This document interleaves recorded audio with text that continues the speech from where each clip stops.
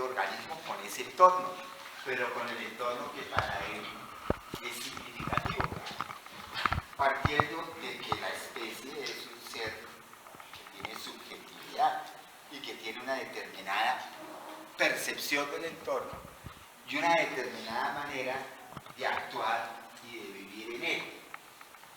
Entonces, algunos han querido traducir Umbel por nicho ecológico. Bueno, sí, pero aclarando que el nicho ecológico es la configuración subjetiva de los organismos, o sea, las condiciones que realmente son importantes para la vida de él, ¿sí? De tal manera que en un mismo medio ambiente hay tantas Umbels como especies distintas a él, ¿sí?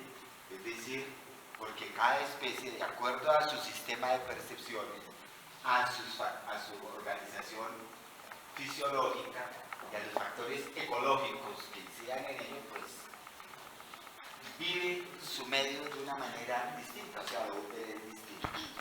Y eso es lo que lleva a hablar del concepto entonces de interpretación.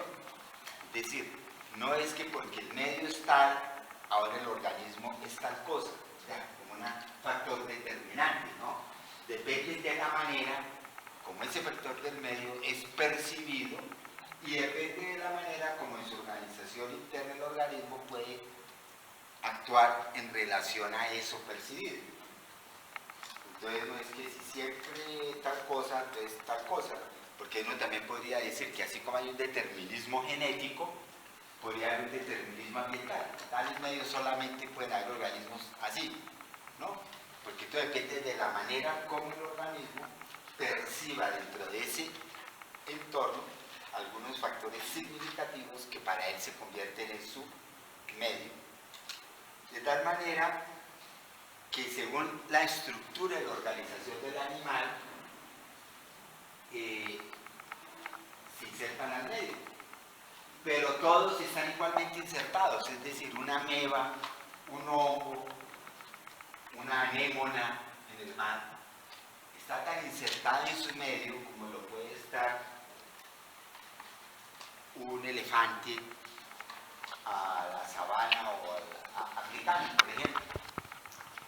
Sí, no es que porque uno es más complejo y tenga más diferenciada su capacidad perceptiva y sus posibilidades motoras y de acción sobre el medio, no quiere decir que uno esté más adaptado que no, porque si existe, si vive, es porque está bien adaptado al medio, porque forma una totalidad completa él con su medio.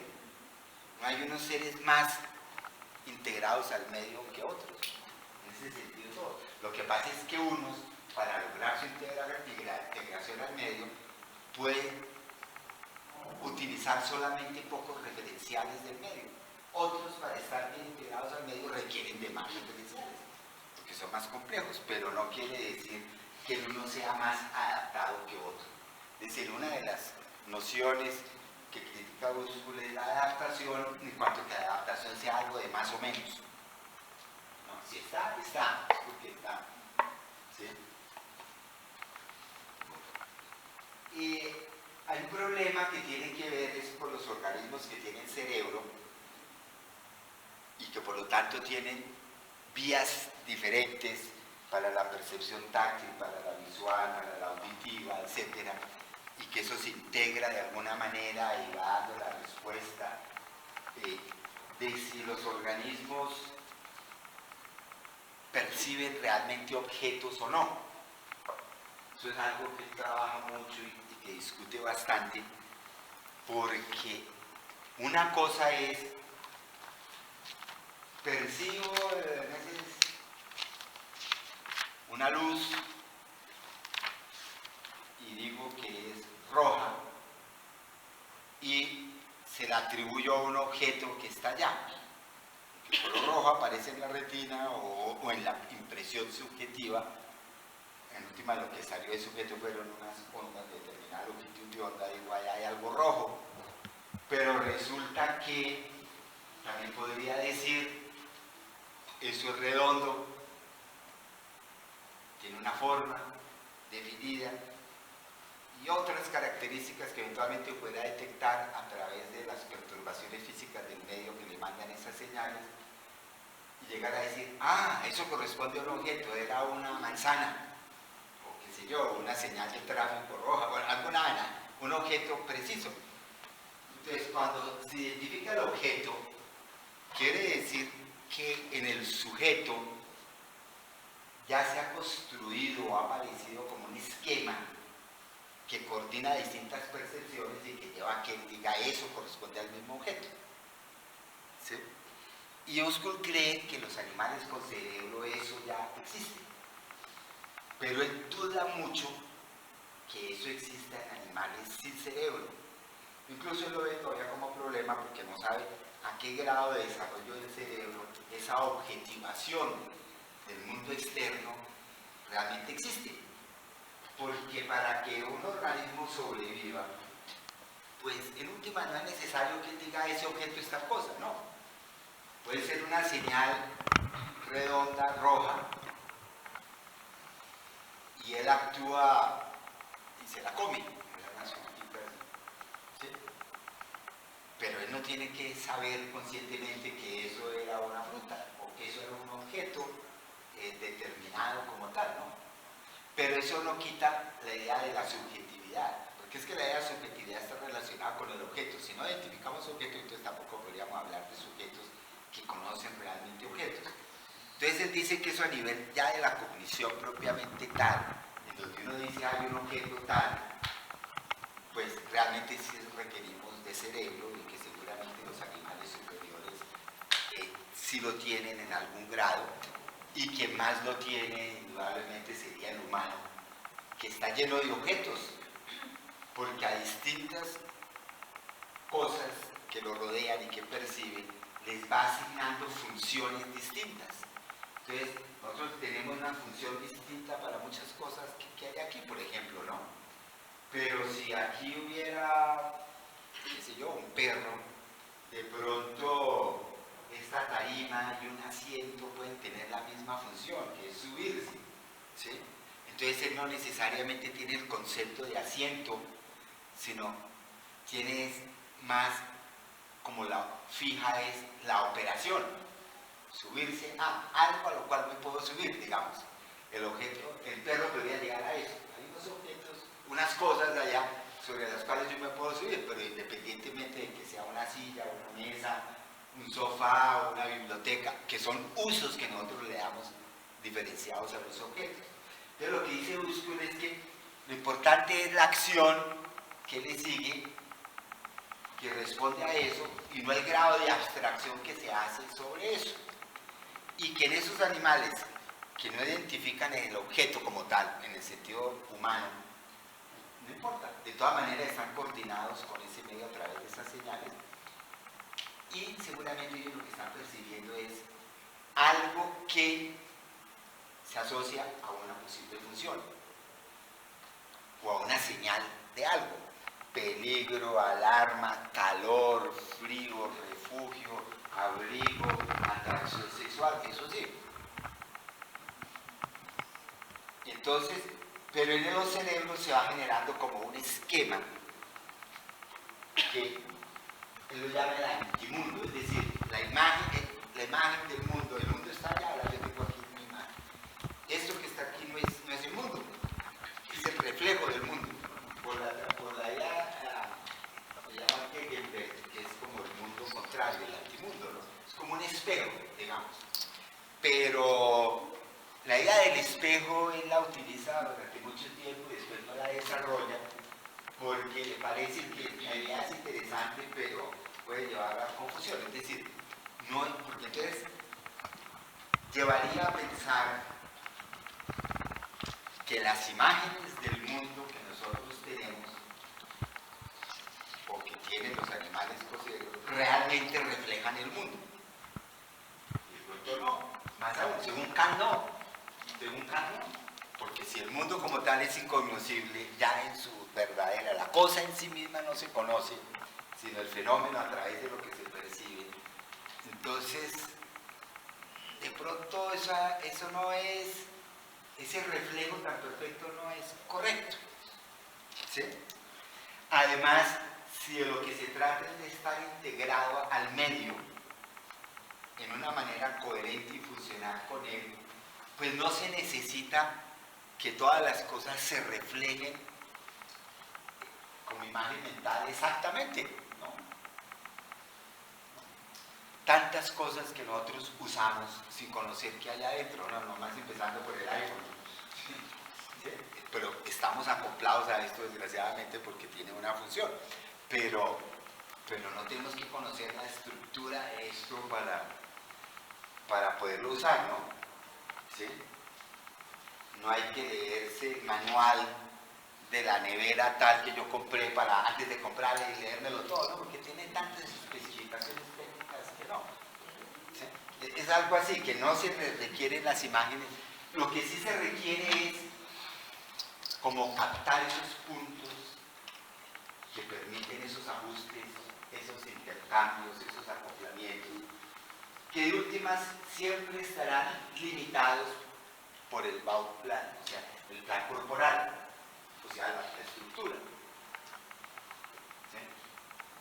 Pero la idea del antimundo es una idea que él le dio muchas vueltas y que va a ir sematizando después para decir que mejor no, o sea, no tan al pie de la letra. De hecho, a mí me ha llamado la atención que recientemente que estoy leyendo unos autores que critican esta visión, que se llaman realistas especulativos, que solamente creen en los datos de los sentidos y que no se atreven a hacer ninguna formulaciones verdaderas sobre el mundo. Dice que toda la carreta de Huxley está equivocada porque presenta al mundo como un laberinto de espejos.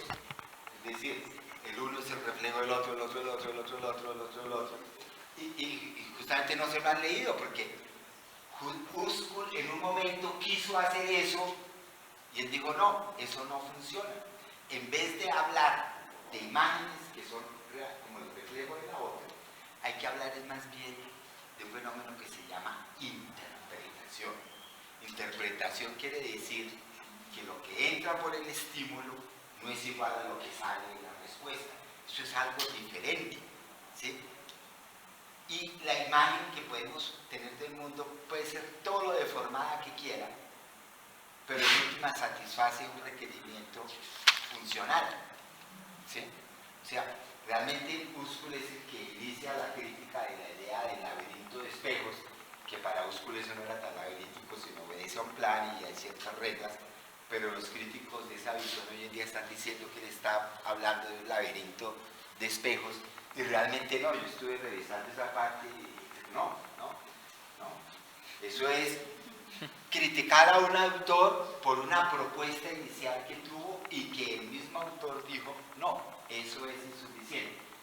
Y en vez de hablar del laberinto de espejos o de las imágenes especulares claras, en lo que se concentra Huxley en la teoría biológica es en esto, en lo que se llama el círculo funcional. Y entonces ahora está diciendo, es imposible hablar del laberinto de espejos simplemente por algo muy sencillo.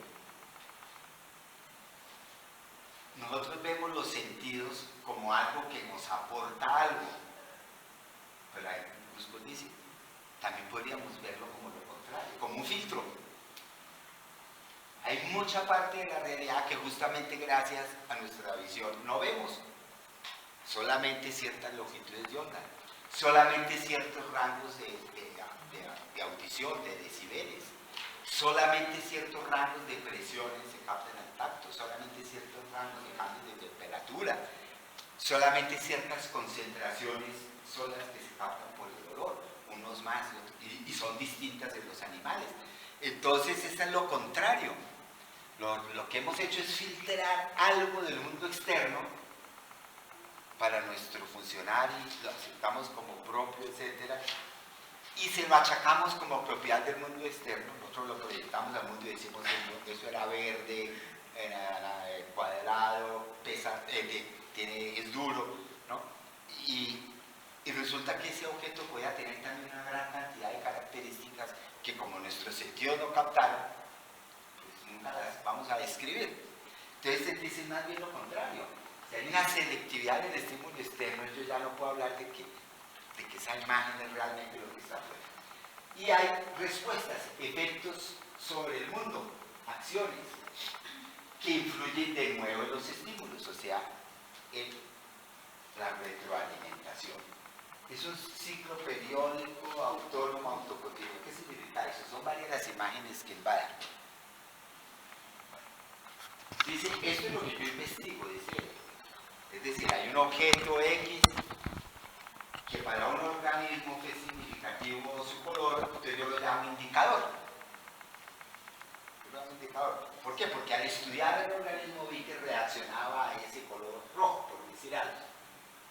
Hay un receptor, hay un órgano donde recibe la sensación, se comunica a un órgano efector y sale la respuesta en el mundo de la acción, que no necesariamente va directamente a ese objeto, puede ser cogerlo, comérselo, modificarlo, pero podría estar asociada a otra cosa que está comunicada con ese objeto.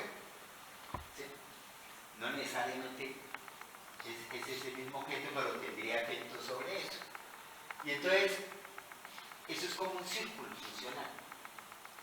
Esta parte es muy interesante, porque él dice algo aquí, dice bien.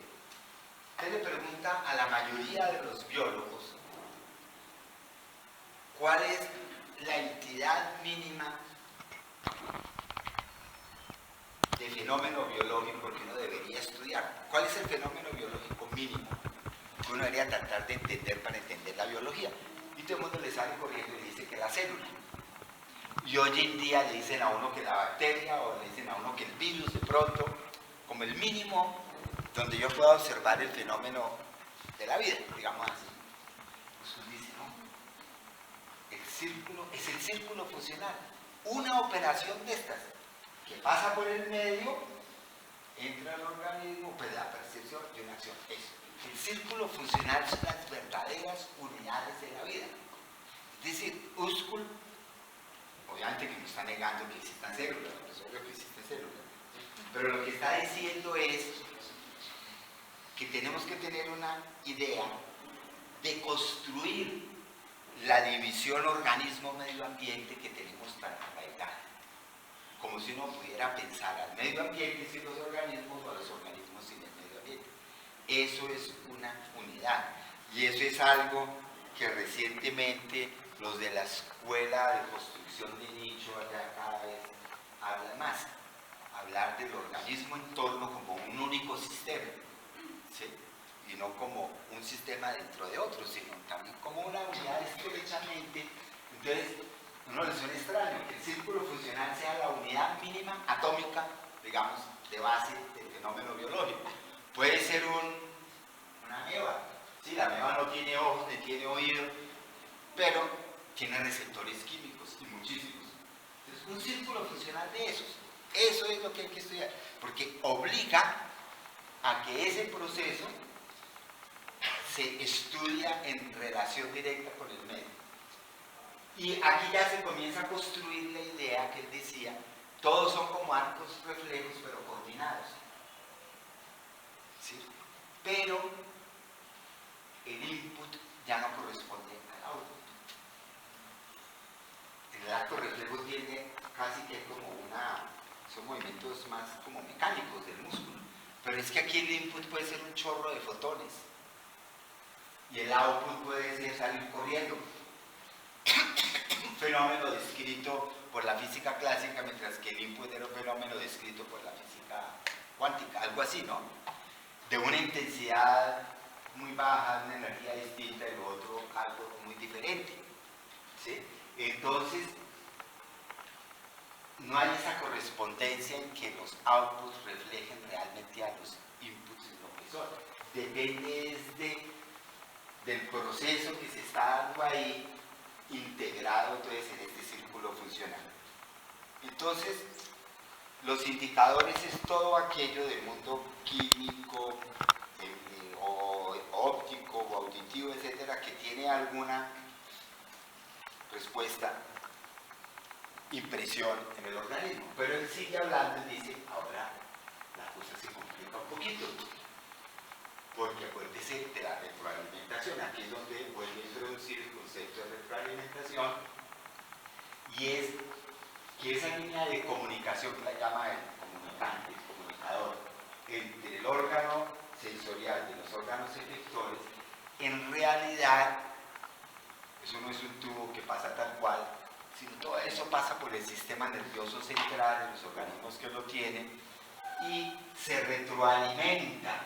Entonces comienzan a aparecer círculos internos funcionales semejantes, ¿sí? Y entonces puede ser que aquí este indicador me corresponda a un elemento, digamos, externo al organismo, un alimento, un olor, etc. Pero también internamente, a raíz de eso, la activación de círculos internos de que hay una señal que activa unas células y entonces las células llevan a que se active la producción de ácido clorhídrico en el estómago, etc. O sea, círculos internos, o sea, porque el desencadenante puede estar entonces al interior del mismo organismo en el nuevo ciclo que está ahí. Entonces se vuelve un sistema de ciclos y ciclos de retroalimentación a distintas escalas. E igual uno lo podría pensar a nivel del medio ambiente, en el sentido de que actuar sobre un factor del mundo externo es destruirlo la mayoría de los casos. O se lo come, o si era peligro yo lo evado, entonces queda fuera del mundo de percepción en un momento, o sea, cambia. Entonces eso podría tener repercusiones en las relaciones que se establecen entre organismos en un medio ambiente, etc. Entonces todo es como concatenación de círculos funcionales que se describirían básicamente como esto. Entonces de esa manera el arco reflejo pierde importancia a favor de modalidades conductuales disparadas por el reconocimiento de combinaciones de estímulos, formas de objetos y contornos. Y eso sí va quedando en los esquemas, de alguna manera va quedando como alguna impresión, como alguna cosa que lleva a que los humanos y muchos animales, cuando se pierde la continuidad de algo, en algún momento logren inferir que eso puede ser continuo, ¿sí? Lo que pasa es que hay una zona que no estamos viendo, ¿sí? De hecho, en la psicología de los niños se observa ese exceso que en ciertas etapas del desarrollo ellos no asocian, qué sé yo, la entrada de un tubo con la salida porque está tapado por algo, pero ya después hacen la abstracción y dicen que aunque no vean el tubo, si ven la conexión y entienden que es un mismo objeto. Entonces, que eso que pasa en el niño puede pasar en muchos animales que no vean la continuidad, pero que después sí se vaya viendo. O sea, la construcción del esquema mental de lo que se espera. Es como ir rellenando con colores, con sabores, con olores, con tonos musicales, una figura medio borrosa y medio que se ha ido construyendo de alguna manera en el entramado nervioso, dice como ahí. Entonces todo animal es un sujeto que en virtud de su estructura peculiar selecciona estímulos a partir de influencias del mundo exterior y responde de una determinada forma. Las respuestas tienen efectos sobre el mundo exterior influyendo de nuevo los estímulos. Entonces viene una periodicidad. Los componentes del Umbel, si son significativos para el animal, y la finalidad del animal es poder sobrevivir, comer, dormir, y si eso le alcanza para reproducirse, pues bueno, o sea, propagarse, ¿no? O sea, alimento, abrigo, o sea, como las necesidades primarias. Entonces generalmente son esos los componentes significativos de detección de alimento, de abrigo, de seguridad. Eso es lo que para ellos se vuelve fundamental, y ahí están los mundos de significaciones más posibles. Entonces, así como uno no se puede separar el organismo del medio, en filosofía, siguiendo a Kant, uno debería ver esa asociación sujeto-objeto como de una concordancia, en última la concordancia fundamentalmente materia. ¿Por qué concuerdan? Pues porque hay una unidad básica en el mundo, digamos, no son sustancias separadas. Entonces la Umwelt no es el conjunto de objetos que rodea al sujeto, sino el sistema de signos que es interpretado por un organismo. Entonces aquí hay un análisis muy funcional, ¿sí?, de esa interacción, de tal manera que sería impensable una existencia en completo aislamiento, o eso llevaría a grandes desórdenes en la vida del animal, y por lo tanto la artificialidad de los experimentos en laberintos para animales, donde son condiciones que no semejan la vida real del animal, por más de que les pongan alimento y cosas que muchas veces también no corresponden a que comen ellos en verdad en la naturaleza. Entonces, la Umwelt son dos cosas al mismo tiempo. Es Wirtwelt y Merkwelt, o sea, mundo de acción, mundo de operación, mi campo de acción, digamos, pero también es mi mundo percibido, porque uno actúa en el mundo que percibe. Entonces son ambas cosas que se retroalimentan perfectamente. De la parte interna son los estímulos que afectan al animal, y entonces todos los indicadores del mundo externo que al ser recibidos por los órganos receptores se convierten en signos de algo. Lo importante es que se convierten en signos de algo. Y entonces eso, que un animal se sienta atraído por el del sexo contrario por una sustancia química, quiere decir que entonces lo que percibió fue la sustancia química, pero había una significación. Eso significa que es el momento de popular, o sea, como que esa es la semiótica, ¿sí?, que las sustancias comiencen a tener sentido en un contexto, ¿sí? Entonces, o un olor, un sabor, bueno, la percepción de los cambios del clima, de temperatura, y que ya es un indicador de que se viene la primavera, los cambios de luminosidad que los animales detectan y se van ajustando, y llega el primer rayo de sol de primavera y la flor ya revienta. ¿Cómo sabía la flor que ya era el momento? ¿Sí? Todo ese tipo de problemas es lo que quiere resolver con ese tipo de círculo funcional o de unidad de organismo en torno.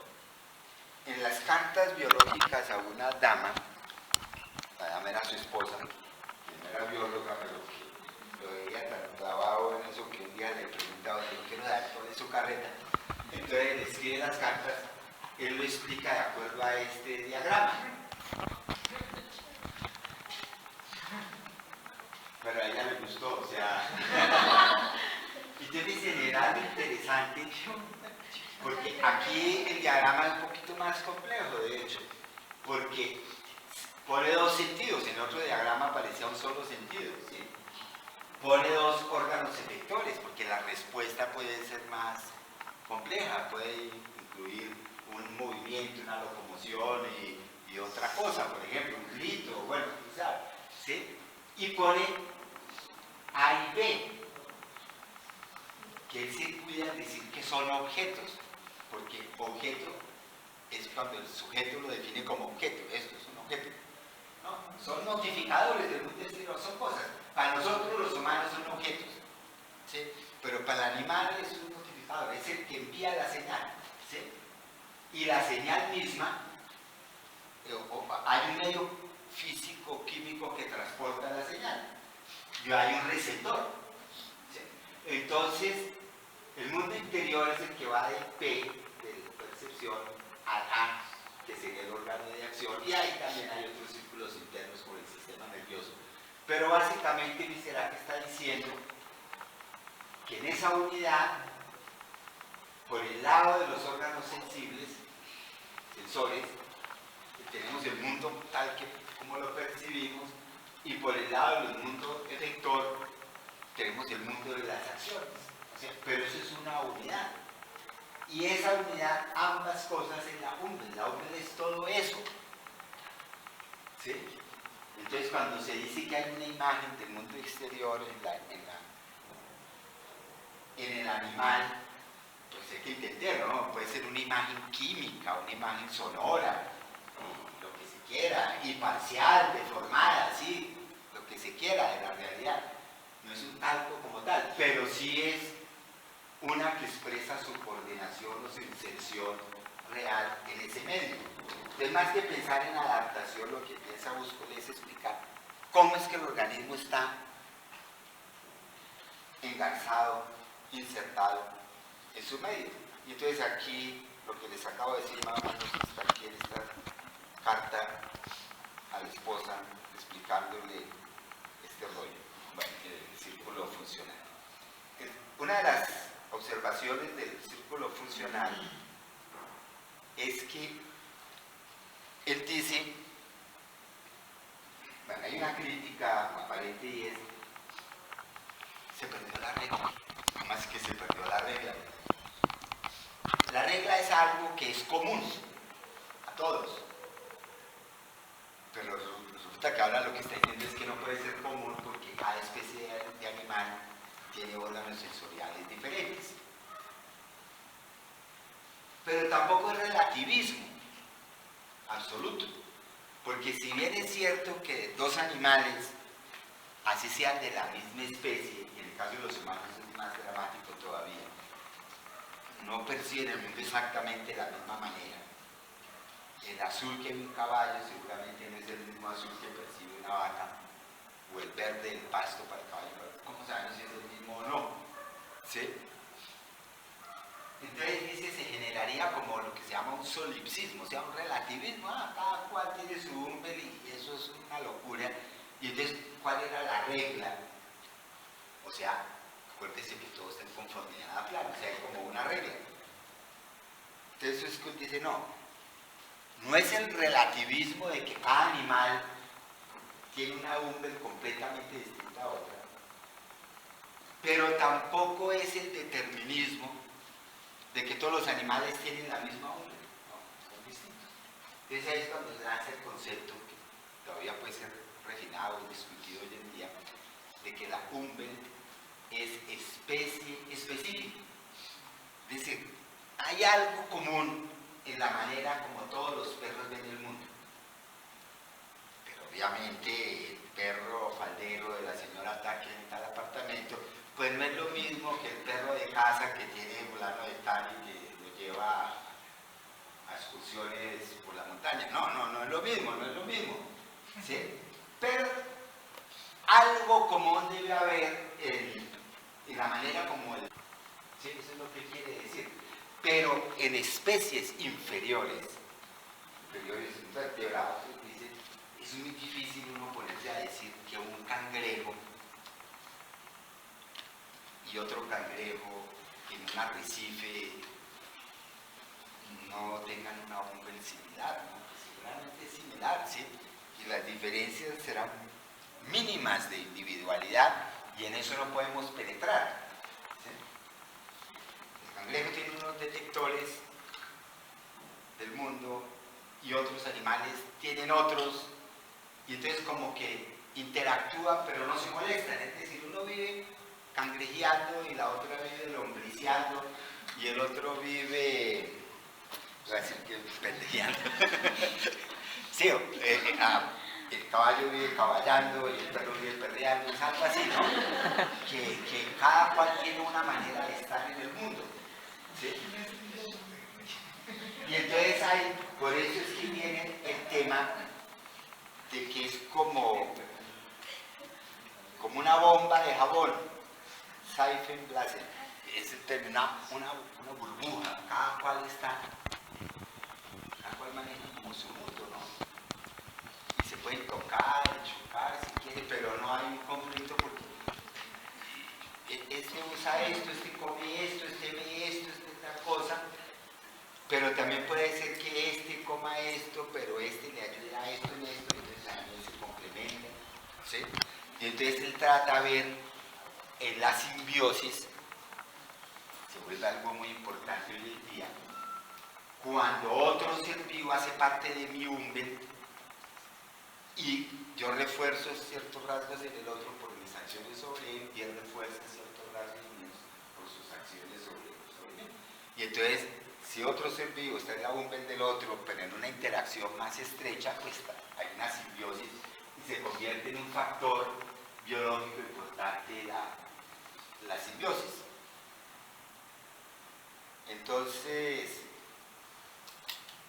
eso de que el ambiente se veía como una unidad cerrada, pues es interesante. Eso es un poco problemático, pero es interesante. No sé si ustedes han oído hablar de un filósofo contemporáneo, Thomas Nagel, que tiene un libro que se llama, un artículo famoso que se llama What It Is Like to Be a Bat. ¿Sí? ¿Cómo es ser? Entonces viene, la primera parte de la respuesta es que what it is like for a bat to be a bat. ¿Sí? Porque no es lo mismo lo que es para mí ser un murciélago que lo que es para el murciélago ser un murciélago. ¿Sí? Y eso ya es impenetrable, aunque podemos estudiar los órganos sensoriales del murciélago al detalle, etc. ¿Sí? Y cada vez conocer más cuáles son los indicadores a los que responden. Pero estar metido en el cuerpo del murciélago, murcielagueando día y noche, pucha, eso es como impenetrable. Entonces dice, ahí está el novio no kantiano. Esa subjetividad última era la que es incognoscible. ¿Sí?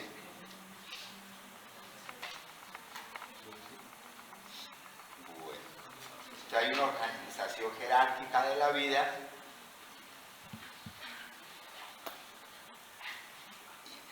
Esta cita es muy interesante, donde hace una guía para el estudio de la biología experimental en animales acuáticos, donde la vida puede ser solo un organismo y que cada organismo se compone de órganos vivos y estos órganos a su vez de otros vivos, y mientras todo está vivo, cada uno de sus componentes y ven juntos se constituyen, se va generando ese plan, esa coordinación entre ellos.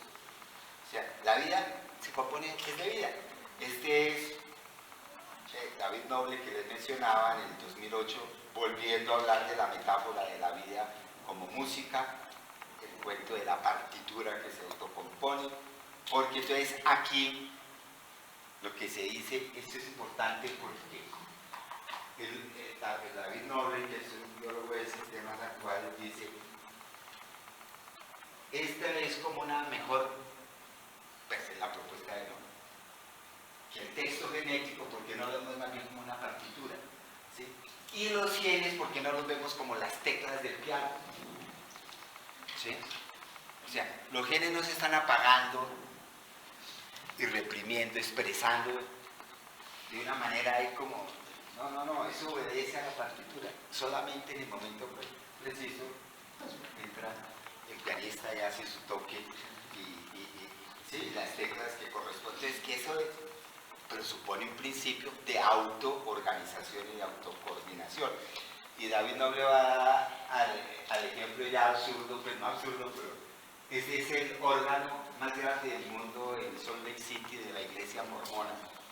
Y dice que es interesante porque tiene tanta diversidad de tubos de distinta longitud, según ellos, no sé contaba, como un organismo humano, es decir, tantos tipos de tubos como tejidos tiene el humano, y tantos tubos de la misma clase como en proporción al número de células que tiene el humano, pero no es el mismo, obviamente, porque esto llega como a 10.000 tubos y las células que tenemos es mucho más, pero la proporción sí está hecho como a reflejo del organismo, como que dice. ¿Sí? O sea que la metáfora del organismo como composición, como órgano musical, pues bueno, ahí sería una curiosidad. Bueno, entonces, esa burbuja es el campo de la percepción multisensorial del entorno, producida por la suma de todos los círculos funcionales del sujeto en actividad en el tiempo presente, según las estructuras morfológicas de cada sujeto, conformadas según el plan constructivo de la autoorganización. Y ahí la cita abajo de Carl Cordano, de los que él había hablado de autoorganización. Es decir, entre más complejo es el animal, entre más desarrollados y diferenciados son sus vías nerviosas, más círculos funcionales están todo el tiempo. ¿Sí? O sea, uno está como que pendiente, pensando en la comida, pero al mismo tiempo pensando en lo que está hablando en la conferencia y pensando en otras cosas y como que va anticipando respuestas para unas cosas y para otras y mejor dicho como que, pero en cada momento hay uno que es el prioritario. ¿Sí? Y entre más intenso sea, menos se atienden los otros. ¿Sí? Y el ejemplo que pone es el de los amantes que han sido víctimas de los esposos celosos, porque nunca tuvieron tiempo de reaccionar porque estaban tan concentrados que ese es el ejemplo que pone Búscula ahí. ¿Sí? Es decir, cuando un círculo funcional es tan intenso, posiblemente los otros es como si no existieran, por lo menos en algún momento. Pero cuando uno está en la vida normal, sin tanta intensidad, digámoslo así, como que los otros círculos operan al mismo tiempo, están como funcionando al mismo tiempo, muchas cosas están funcionando al mismo tiempo en el ser vivo, ¿no? Unos conscientes y otros inconscientes. Entonces, se da pompa de jabón, ¿sí? O sea, solamente ciertos colores, solamente ciertos sabores, solamente ciertos sonidos. Y es también como un túnel. ¿Por qué? Porque es como un túnel, porque cuando está como embrión, él no está viendo, pero sí percibe algunas vibraciones. Y hay unos indicadores táctiles del contacto con el vientre de la madre, por ejemplo, que son importantes. Pero a medida que él nace, ya hay indicadores visuales que comienzan a ser importantes para él, y sonoros, y a distinguir tipos de sonidos, de instrumentos. O sea, no siempre a lo largo de la vida son los mismos, pero siempre él va con los de sus círculos funcionales hasta que se le acaba la vida. ¿Sí? O sea, también usa la metáfora del túnel. ¿Sí? Entonces, este va por esta y otro va por otro, porque para otro las sensibilidades, las experiencias, los detectores de olores son distintos, entonces es otra cosa. Esta figura es muy interesante porque él compara la relación organismo-entorno con las tenazas de un cantor que está agarrado del mundo externo a través de alguna estructura ahí, y el efector está también agarrado a él. Esto es una figura muy simple, pero que muestra